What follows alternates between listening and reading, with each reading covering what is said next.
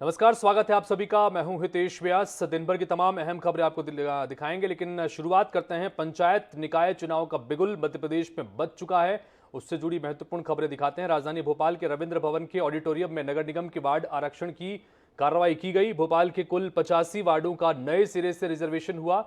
इनमें से आधे वार्ड यानी 42 महिलाओं के लिए रिजर्व हुए।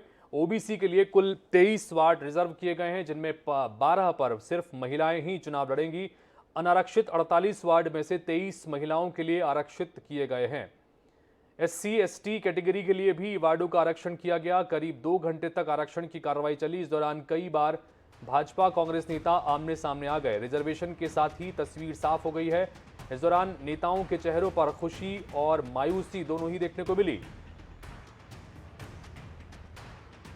तो निकाय चुनाव के संदर्भ में चूंकि आरक्षण की प्रक्रिया प्रारंभ कर दी गई और भोपाल के संदर्भ में आज निकाय की जंग के तहत हंगामे के बीच नगर निगम का आरक्षण की प्रक्रिया तय हुई है। कांग्रेस ने कई जगह पर इस मामले में आपत्ति जताई है।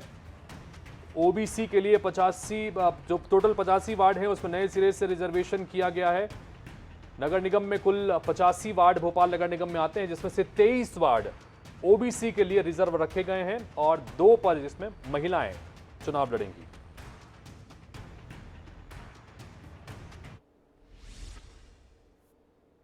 तो इसी तरह से इंदौर की बात करें। इंदौर महापौर का पद सामान्य पुरुष घोषित किया गया है। इंदौर में कुल 85 वार्ड इंदौर में भी हैं। एससी के लिए 13 और एसटी वर्ग के लिए 3 वार्ड पहले से ही आरक्षित हैं। बचे हुए वार्डों में से 21 वार्ड पिछले चुनाव में ओबीसी वर्ग के लिए आरक्षित थे। ये वार्ड इस बार भी ओबीसी ही घोषित किए गए हैं। तो ज्यादा कुछ फेरबदल इंदौर में नहीं हुआ है। इंदौर में भी आरक्षण की प्रक्रिया की गई कुल 85 वार्डों में से, और जो पिछली बार यहां पर 21 वार्ड थे, वही 21 वार्ड ओबीसी के लिए एक बार फिर से आरक्षित किए गए हैं। महापौर पद जो है वो सामान्य पुरुष के लिए इस बार घोषित किया गया है।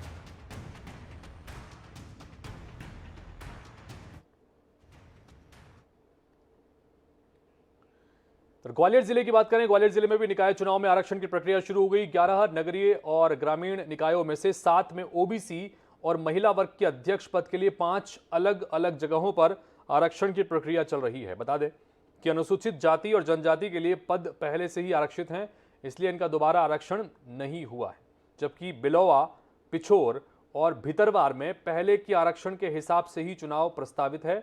4 जनपद अध्यक्ष और 13 जिला पंचायत सदस्यों के लिए आरक्षण हुआ है। आज जनपद अध्यक्ष का जो है वो आरक्षण हो गया है। सभी के सम्मुख सभी की सहमति से सभी नियमों को पढ़ के सुनाया गया और उसके बाद वो प्रक्रिया संपन्न की गई। मुरार ओबीसी मुक्त, बरई अनारक्षित महिला, डबरा अनारक्षित मुक्त और भितरवार एससी महिला, इस तरीके से ये आरक्षण हुआ है।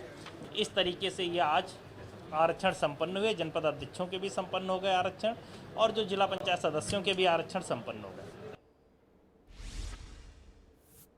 तो आरक्षण की कड़ी में ही जबलपुर की बात करें तो नगरीय निकायों में आरक्षण की प्रक्रिया जबलपुर में हुई है। जबलपुर नगर निगम की आरक्षण प्रक्रिया भी संपन्न कर दी गई। जबलपुर नगर निगम में कुल 79 वार्ड हैं और इसकी प्रक्रिया संपन्न हुई है। एससी के लिए, शेड्यूल कास्ट के लिए 11 और अनुसूचित जनजाति यानी एसटी के लिए 4 सीट आरक्षित की गई। अन्य पिछड़ा वर्ग में 1 सीट बढ़ी है। नगर निगम में ओबीसी के लिए अब 20 वार्ड आरक्षित हो गए हैं। जबलपुर में पहले 19 वार्ड थे, लेकिन अब ओबीसी के लिए 20 वार्ड जबलपुर में आरक्षित किए गए हैं।